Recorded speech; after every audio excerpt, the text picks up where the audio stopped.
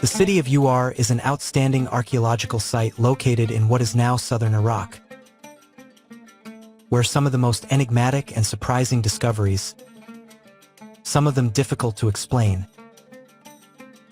Leonard Woolley, born in 1880, was a prominent British archaeologist who directed in 1912, along with T. Lawrence, known as Lawrence of Arabia, the excavations of the Hittite city of Karchemish, and 2 years later, he went to Egypt where he was in charge of the excavation of Amarna, the sacred city of Pharaoh Akhenaten. Between 1922 and 1934, he directed excavations at the ancient Sumerian city of Ur, assisted by his wife, archaeologist Catherine Woolley. The sponsors were the British Museum and the University of Pennsylvania, which shared the discoveries made and were undoubtedly the most important in 20th century archaeology. While Woolley and his team were unearthing the remains of this ancient civilization, they made an important discovery under the streets of the city. There was a network of drains over 4,000 years old, quite well preserved. The most surprising thing is that they were not just ordinary channels for sewage, but a very advanced system that shows the incredible architectural and engineering capabilities that the Sumerians possessed. The high level achieved in the construction and maintenance of these drains was proof of the high level of knowledge that the ancient Ur society had about water management techniques. By doing a little research, we have seen that they have found very similar pipes in northern Sumatra, are huge cylinders with 15 rings of 25 centimeters long and 50 centimeters in diameter. Consists of 3 layers of material. The outermost is made of terracotta, another intermediate black layer of carbon, used to purify water and filter bacteria, and another innermost layer of terracotta. Terracotta ring wells have been found all over India, dating back to centuries BC. This finding suggests that there was in ancient times a high sanitary technology, a knowledge that breaks all the schemes that we have of the past. And it seems as if, at some point in history, all that knowledge was lost. There is no doubt that Ur was one of the most important cities of ancient Mesopotamia during the 3rd millennium BC.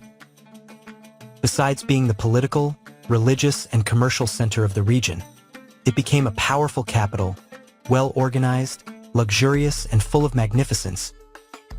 Its inhabitants lived in spacious and rich houses.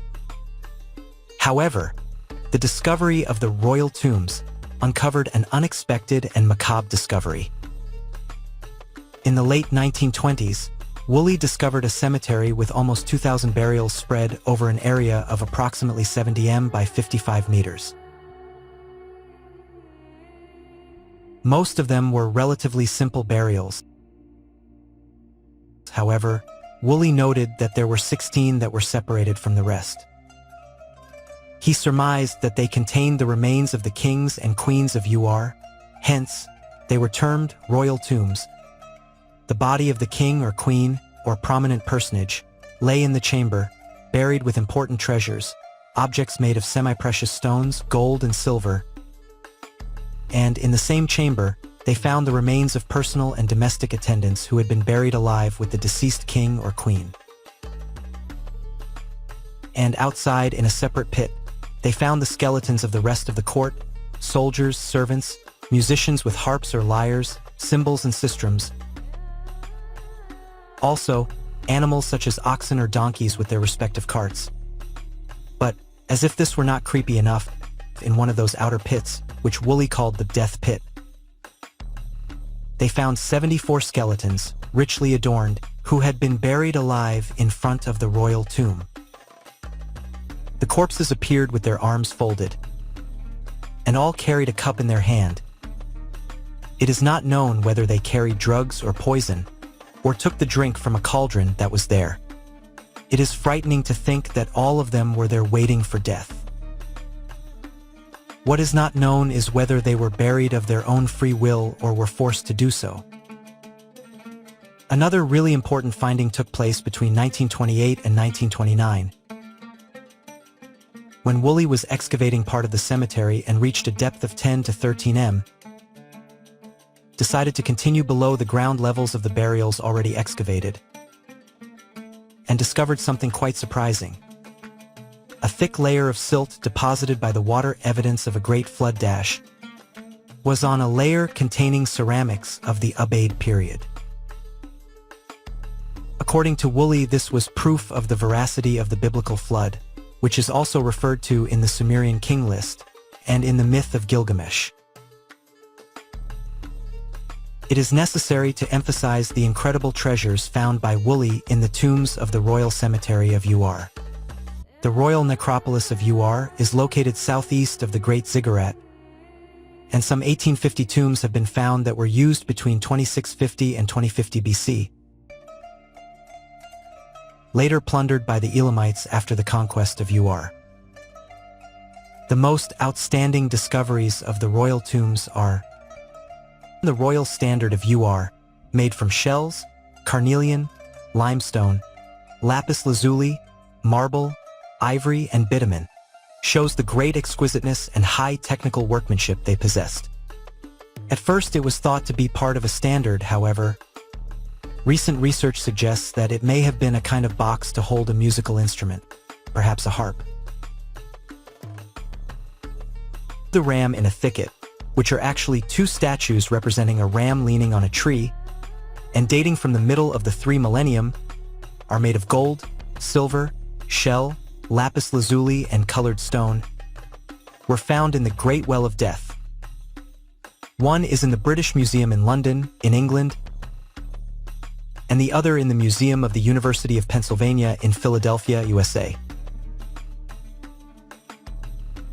The Great Harp of the Royal Tomb, made of gold, silver, lapis lazuli, shell, bitumen, and wood.